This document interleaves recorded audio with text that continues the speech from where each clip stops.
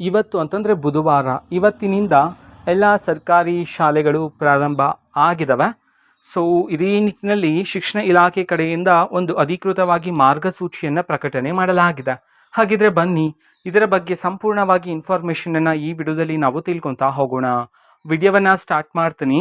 ಅದಕ್ಕಿಂತ ಮೊದಲು ನೀವಿನ್ನೂ ನಮ್ಮ ಚಾನೆಲ್ಗೆ ಸಬ್ಸ್ಕ್ರೈಬ್ ಮಾಡದೇ ಇದ್ರೆ ಈ ಕೂಡಲೇ ಚಾನೆಲ್ಗೆ ಸಬ್ಸ್ಕ್ರೈಬ್ ಮಾಡ್ಕೊಳ್ಳಿ ಮತ್ತು ಲೈಕ್ ಮಾಡಿ.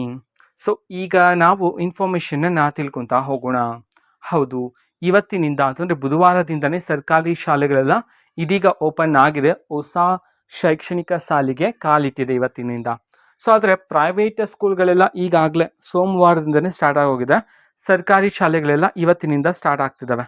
ಓಕೆನಾ. ಇದೇ ನಿಟ್ಟಿನಲ್ಲಿ ಶಿಕ್ಷಣ ಇಲಾಖೆ ಕಡೆಯಿಂದ ಎಲ್ಲ ವಿದ್ಯಾರ್ಥಿಗಳಿಗೆ ಒಂದು ಮಾರ್ಗಸೂಚಿಯನ್ನಾದರೆ ಪ್ರಕಟಣೆ ಮಾಡಿರ್ತಕ್ಕಂಥದ್ದು.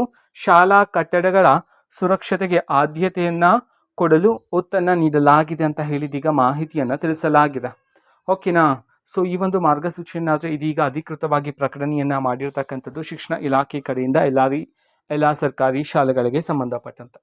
ಓಕೆನಾ. ಸೊ ಇದು ಇವತ್ತಿನ ಒಂದು ವಿಡಿಯೋ. ಇನ್ನೂ ಹಲವಾರು ಯೋಜನೆಗಳಿಗೆ ಸಂಬಂಧಪಟ್ಟಂತೆ ಮಾಹಿತಿ ಬಂದ ನಂತರ ಆದಷ್ಟು ಬೇಗ ನಾನು ನಿಮಗೆ ಇನ್ಫಾರ್ಮೇಷನನ್ನು ತಿಳಿಸ್ತೀನಿ. ಅದಕ್ಕೋಸ್ಕರ ಚಾನಲ್ಗೆ ಸಬ್ಸ್ಕ್ರೈಬ್ ಮಾಡ್ಕೊಳ್ಳಿ. ಜೊತೆಗೆ ಮಾಹಿತಿ ಇಷ್ಟ ಆದರೆ ನಿಮ್ಮ ಫ್ರೆಂಡ್ಸ್ ಆ್ಯಂಡ್ ಫ್ಯಾಮಿಲಿ ಮೆಂಬರ್ಸ್ಗೂ ಸಹ ವಿಡಿಯೋವನ್ನು ಶೇರ್ ಮಾಡಿ ಮತ್ತು ಚಾನೆಲ್ಗೆ ಸಬ್ಸ್ಕ್ರೈಬ್ ಮಾಡಿಕೊಂಡು ಸಪೋರ್ಟ್ ಮಾಡಿ. Thank you. ಬಾಯ್.